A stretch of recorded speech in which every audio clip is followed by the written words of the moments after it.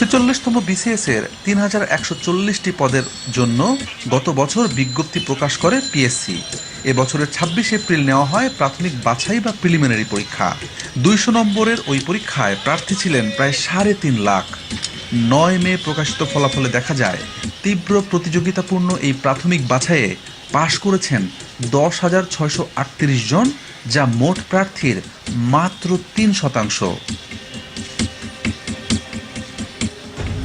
তবে অনুসন্ধান বলছে এই 3%-এর সকলেই মেধার পরিচয় দিয়ে নয়, কেউ কেউ অনৈতিক পন্থাও বেছে নিয়েছিলেন।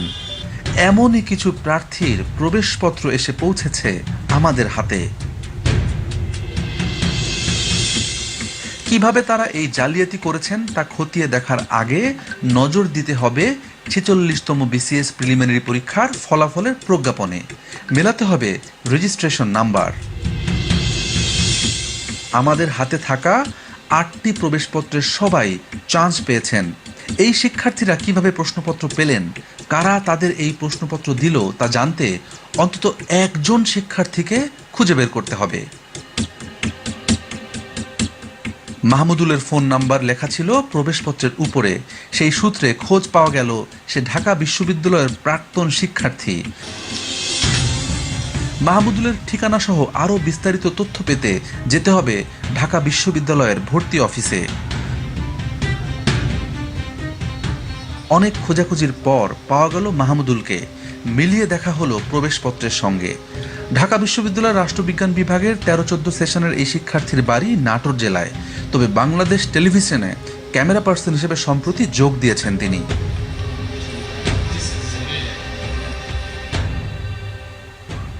শুরুতে ক্যামেরায় মুখ দেখাতে না চাইলেও এক পর্যায়ে কথা বলতে রাজি হলেন তিনি।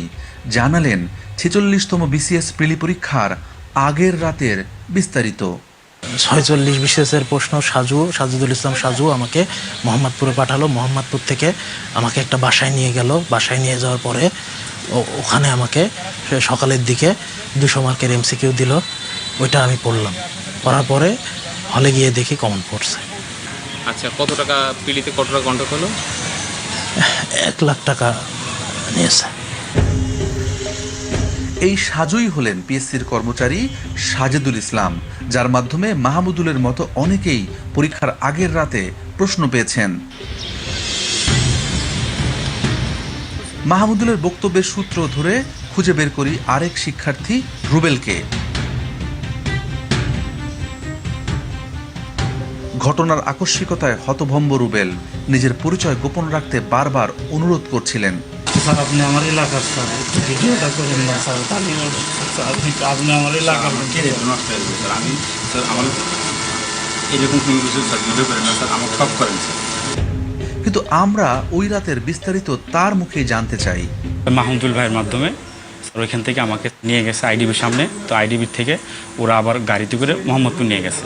তো মোহাম্মদপুর নিয়ে যাওয়ার পরে রাত 9টা-10টার দিকে আমাদের কাছে কোশ্চেন পাঠিয়েছে। তো ওরা লোকজন ছিল, ওই কোশ্চেন দিয়ে আমাদের সারা রাত সলভ করাইছে। তো তারপরে সকালে আমাদের ছেড়ে দিয়েছে। পরে বলে আমরা অ্যাডমিট কার্ড নিয়ে যার যার এক্সাম সেন্টারে চলে গেছি। পরে আমরা পরীক্ষার হলে ওই অ্যারাউন্ড 160-র মতো কোশ্চেন কমন পাইছি বিসিএস স্যার।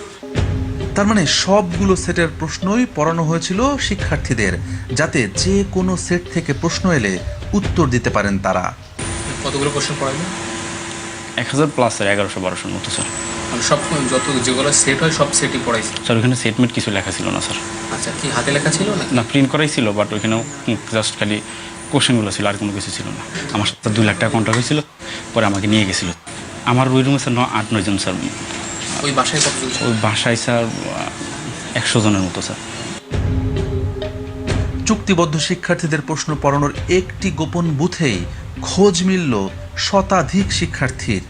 সে রাতে এমন কত বুথ স্থাপন করেছিল চক্রটি, তার সঠিক সংখ্যা আমাদের অজানা। মাহমুদুল ও রুবেলের মতো আরও 6 শিক্ষার্থীর নাম পরিচয় নিশ্চিত হয়েছে টিম সার্চলাইট, যারা প্রশ্ন পেয়েছিলেন। শুধু কি প্রিলির প্রশ্নই ফাঁস হয়? প্রিলিমিনারির 4 সেট তারা পাইতো, লিখিতরও 4 সেটই তারা পাইতো। এবং পড়াশোনা সারা রাত পড়াশোনা করে সকালবেলা পরীক্ষা দিই। বিশেষ পরীক্ষার আগে, বিশেষ করে 33তম এবং 34তম বিশেষ পরীক্ষার আগে নোমান সিদ্দিকী ক্যান্ডিডেট জোগাড় করতেন। জোগাড় করে পরীক্ষার আগের রাতে একটি নির্দিষ্ট জায়গায় রাখতেন, মিরপুর 10 নম্বরে, যেটাকে বলতো বুথ। ওখানে সব ক্যান্ডিডেটকে জড়ো করে রাখতেন, 20-25 জনকে। রাত 1:30, 2টা কিংবা 3টার দিকে পিএসসির বহিষ্কৃত কর্মচারী খলিল এসে হাতে লেখা কাগজে প্রশ্ন দিয়ে যেতেন। আর সেই প্রশ্নগুলোই এই ক্যান্ডিডেটগুলো সারা রাত ধরে পড়াশোনা করে সকালবেলা পরীক্ষা দিত। মাহমুদুল ও রুবেলকেও আগামী অগাস্টে অনুষ্ঠিতব্য লিখিত পরীক্ষার প্রশ্ন সরবরাহের আশ্বাস দিয়েছিল চক্রটি। নজর দিতে হবে আসামিদের আদালতে দেওয়া জবানবন্দিতে। সেখানে 33তম বিসিএস এর প্রিলি এবং রিটেন পরীক্ষায় প্রশ্ন ফাঁসের মাধ্যমে বেশ কয়েকজনকে ক্যাডার বানানোর কথা স্বীকার করেছে চক্রটি।